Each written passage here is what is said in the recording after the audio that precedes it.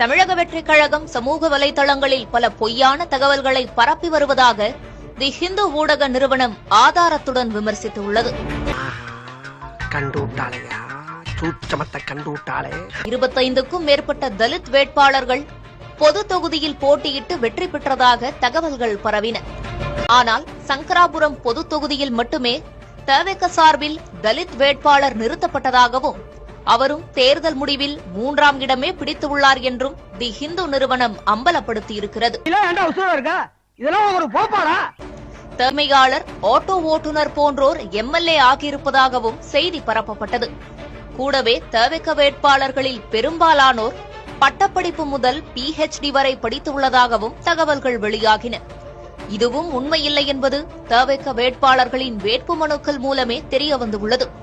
ஆட்சியில்தான் முதல் பெண் அமைச்சர் பொறுப்பேற்றதாக பகிரப்படும் தகவல்களும் அடிப்படை அறமற்றது என தி ஹிந்து ஊடகம் விமர்சித்துள்ளது.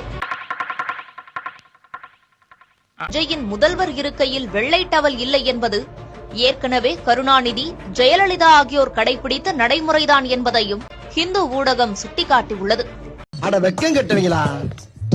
இதுக்கு எதுக்குடா வெள்ளையங்கிலி மாலையன்னு மானம் கெட்ட அயோக்கிய பள்ளிலாம் இதுக்கு ஒரு 4 பேர்த்த மூத்திரத்தை வாங்கி மடக்கு குடிக்க வேண்டியதானே? ஏன்டா இந்த வேலை பாக்குறீங்க?